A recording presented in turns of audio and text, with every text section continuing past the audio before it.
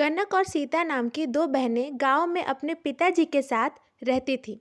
दोनों जब छोटी थी तभी उनकी माँ का देहांत हो गया था। माँ के देहांत के बाद उनके पिता ने ही दोनों की परवरिश की। सीता दोनों बहनों में बड़ी थी। दोनों सगी बहनें थीं, पर स्वभाव में एक दूसरे से बहुत ही विपरीत थी। उन दोनों का स्वभाव एक दूसरे से इतना अलग था, उसके बावजूद भी उन दोनों में बहुत ही ज़्यादा प्यार था। वो दोनों एक दूसरे पर जान छिड़कती थी। सीता बड़ी बहन थी। वह अपनी छोटी बहन को एक माँ की तरह प्यार देती थी। उसे कभी भी माँ की कमी महसूस नहीं होने देती थी। सीता ने अपनी माँ के देहांत के बाद छोटी सी उम्र में ही अपनी छोटी बहन की माँ बनकर माँ का हर फर्ज निभाया। उसकी आंखों में कभी आंसू नहीं आने दिए। वो ना सिर्फ अपनी बहन के लिए माँ बनी, बल्कि अपने पिताजी के लिए उनके बुढ़ापे का सहारा भी बनी।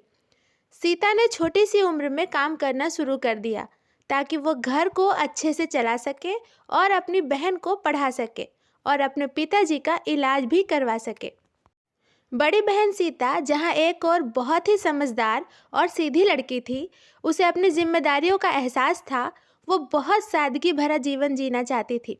उसकी कोई बड़ी इच्छाएं नहीं रही। वो तो बस अपने परिवार के लिए ही जीती थी। वो अपनी खुशियों के बारे में कभी नहीं सोचती थी।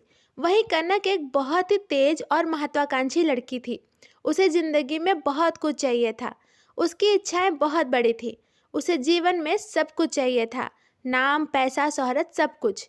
एक गरीब परिवार में जन्म लेने और परवरिश होने के बावजूद उसकी सोच बहुत ही अलग थी।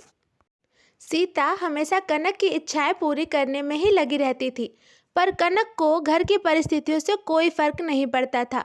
उसे तो बस इस बात से मतलब था कि उसकी इच्छाएं हमेशा पूरी होती रहनी चाहिए। वक्त बीतता रहा।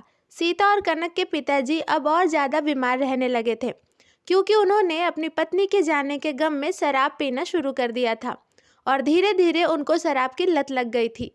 वो एक दिन भी बिना शराब पिए नहीं रह पाते थे।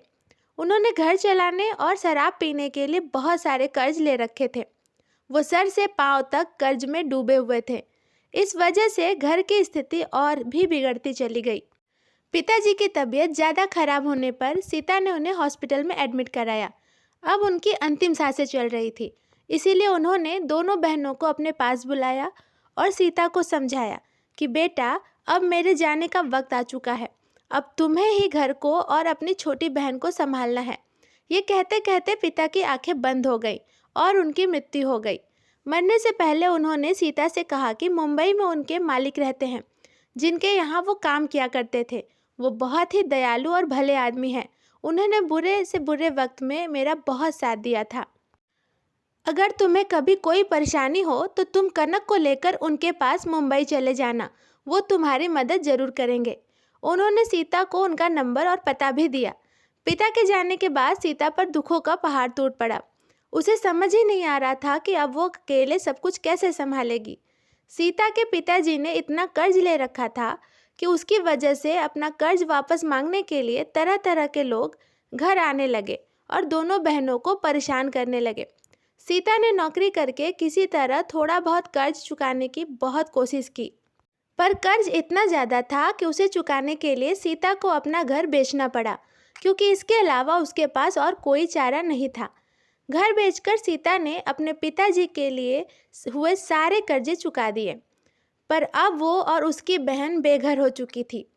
उसे कुछ समझ नहीं आ रहा था कि अब वो कहाँ जाए।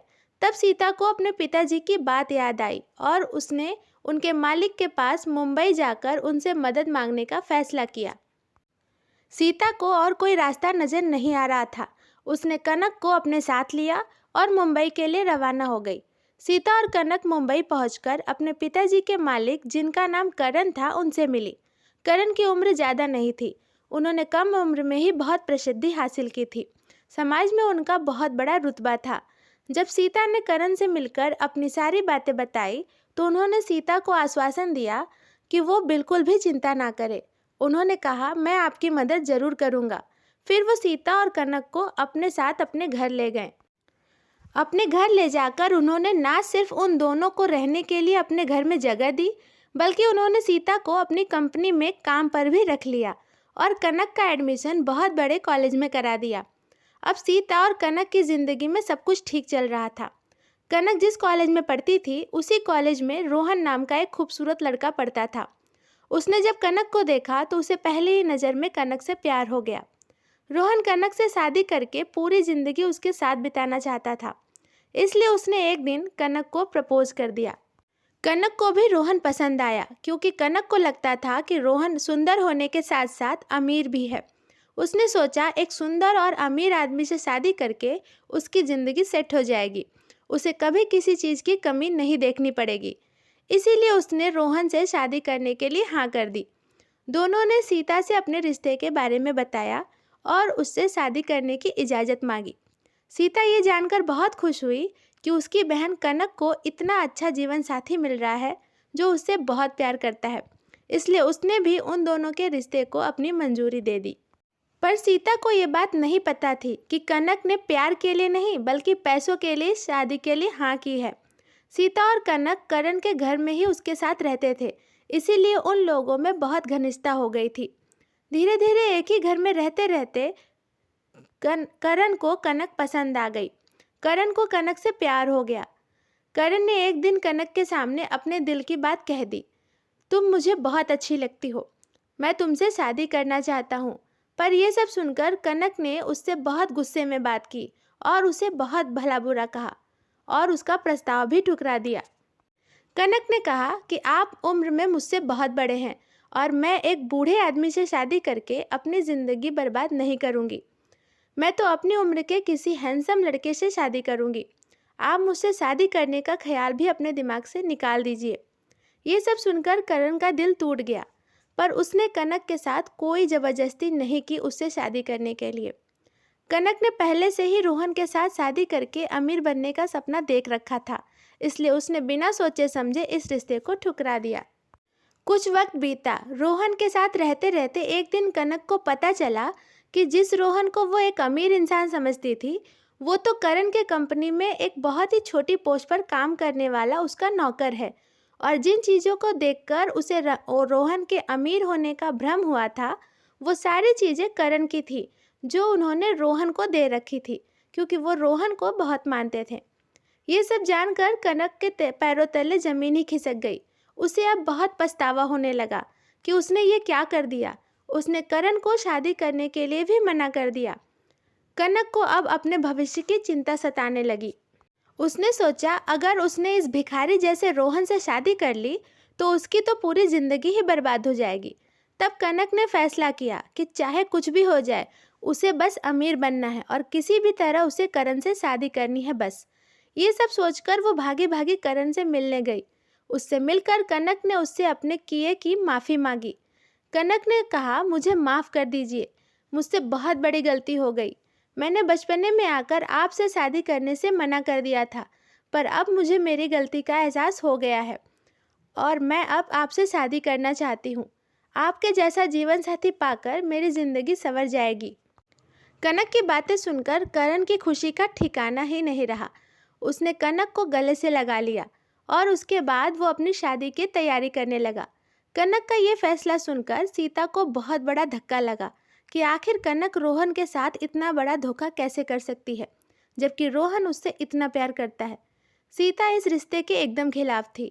उसने कनक को समझाने की बहुत कोशिश की कि वो रोहन के साथ इतना बड़ा धोखा ना करे, पर कनक नहीं मानी। उसे तो बस किसी भी तरह करण से शादी करनी थी।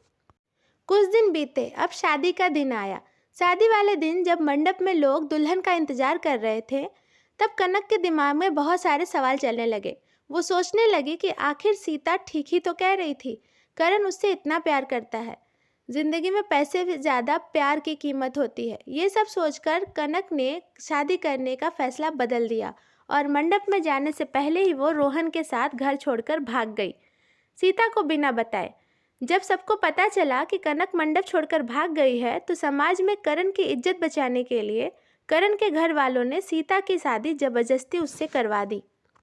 कनक ने शादी के दिन मंडप से भागकर न सिर्फ करण का प्यार और उसका विश्वास का अपमान किया, बल्कि उसने करण को भरे समाज में बेइज्जत भी कर दिया, जिसकी वजह से करण को अब उससे नफरत हो गई। कनक के लिए उसका प्यार अब नफरत में बदल चुका था। सीता कनक की बहन थी, इसीलिए शादी के बाद वो कनक का गुस्सा सीता पर निकालता था। वो सीता को बिल्कुल भी पसंद नहीं करता था, हर वक्त उस पर गुस्सा किया करता था। इस जबरदस्ती की शादी में सीता और करण घुट घुट कर जी रहे थे। कनक ने भागने के बाद दूसरे शहर जाकर रोहन से शादी कर ली। दोनों बहनों की शादी को कुछ साल बीत गए। इन सालों में सीता और करण को एक दूसरे से लगाव हो गया और धीरे धीरे ये लगाव प्यार में बदल गया। अब उन दोनों को ये एहसास होने लगा था कि वो दोनों एक दूसरे के लिए ही बने हैं। जहाँ सीता और करण का एक दूसरे के साथ बहुत खुश थे, वहीं दूसरी ओर कनक और रोहन की ज़िंदगी में सब कुछ बहुत बदल चुका था, क्योंकि रोहन एक छोटी सी नौकरी करता था जिससे वो इतना नहीं कमा पाता था कि वो कनक की इच्छाएं पूरी कर सके। फिर भी वो कनक को खुश रखने की पूरी कोशिश करता था, लेकिन कनक हमेशा उसे नकारा, भिखारी कहकर उसकी बेइज्जती किया करती थी। कनक को अब रोहन से शादी करने का पछतावा हो रहा था। उसने जिस ऐशो आराम भरी जिंदगी का सपना देख रखा था, उसको वो सपना रोहन से शादी करके टूट गया था। वो सोचने लगी कि अगर उसने रोहन की जगह करण से शादी की होती तो आज वो रानी जैसी ज़िंदगी जी रही होती। ये सब सोचकर करण ने रोहन को तलाक दे दिया ताकि वो दोबारा से करण से शादी कर सके। रोहन को तलाक देने के बाद वो सीधे अपनी बहन सीता के घर पहुंची। वहां पहुंचकर उसने सीता को झूठी कहानी सुनाई। उसने कहा कि रोहन उसे मारता पीटता था, इसीलिए उसने रोहन को तलाक दे दिया। अब उसके पास रहने का कोई सहारा नहीं है। प्लीज़ दीदी, मुझे अपने पास रख लो। कनक ने सीता और करण से अपने किए की माफ़ी भी मांगी। कनक की बातें सुनकर करण और सीता को उस पर दया आ गई। उन्होंने उसे अपने साथ अपने घर पर रख लिया, पर उन्हें बिल्कुल भी नहीं पता था कि कनक किस इरादे से उनके घर वापस आई है। कनक को सीता और करण के बीच का प्यार देखकर बहुत गुस्सा आता था। उसे उन दोनों की खुशी बर्दाश्त नहीं हो रही थी।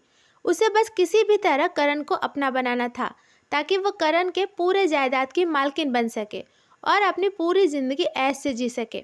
अपनी मंशा पूरी करने के लिए कनक ने करण और सीता के बीच गलतफहमी पैदा करने की बहुत कोशिश की ताकि वो दोनों अलग हो जाएं। लेकिन करण और सीता का रिश्ता इतना मजबूत हो चुका था कि उनके रिश्ते पर इस सब बातों का कोई फ़र्क नहीं पड़ा।